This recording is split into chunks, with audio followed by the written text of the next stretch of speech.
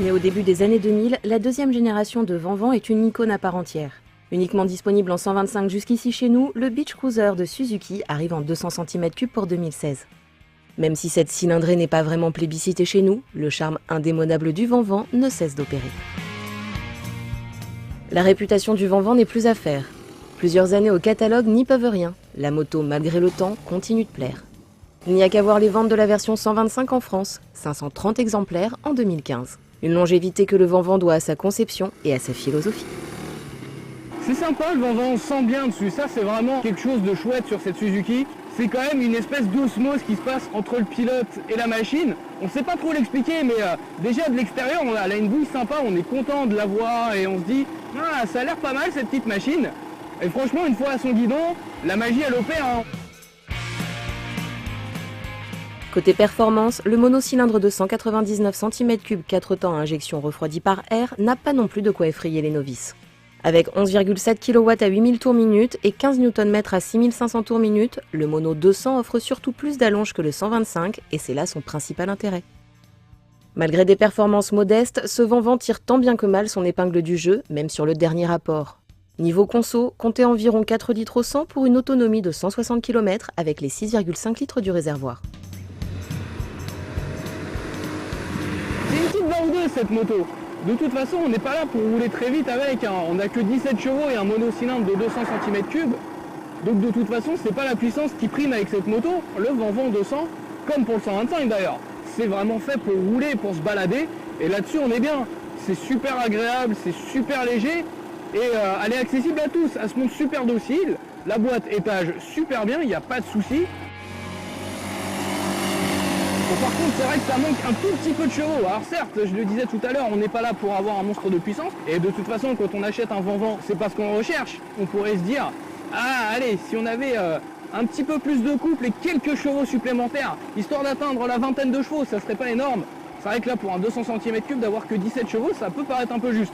Alors ce qui est étonnant aussi sur ce Vanvan 200, c'est la reprise qu'on a en cinquième. Même passer les 80 km/h pour accrocher les 100-110 compteurs sur voie rapide, on a beaucoup de reprises et on arrive à accrocher cette vitesse assez vite.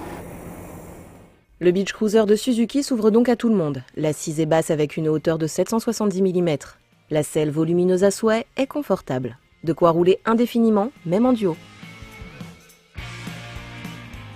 Sous les yeux, une instrumentation basique mais lisible. Un compteur de vitesse analogique, un totalisateur, un trip à rouleau, un témoin de points morts et des clignotants. Mais c'est tout. Détail amusant, la pochette contenant la trousse à outils est fixée sur le garde-boue arrière. Cadres et parties-cycles sont identiques à ceux du 125. Simple berceau acier, fourche standard et mono-amortisseur réglable en pré-contrainte, jambes de 18 pouces à l'avant et 14 pouces à l'arrière, chaussées de gros pneus Dunlop K180 larges de 130 mm à l'avant et 180 mm à l'arrière.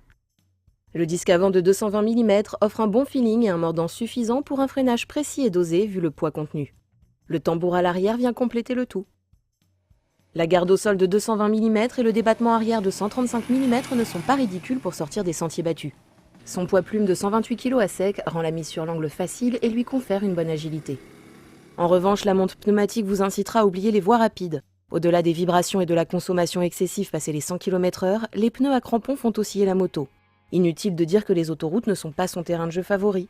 L'intérêt majeur du Vanvan est de rouler à bas et mi-régime pour une toute autre utilisation. Même si c'est homologué pour la route, on a envie de l'envoyer un petit peu plus loin cette moto. Tiens d'ailleurs, on va passer un petit peu dans les bois. Allez, hop, c'est parti. Alors c'est pas une vraie moto de tout terrain, hein, je vous rassure, on reste sur un Vanvan.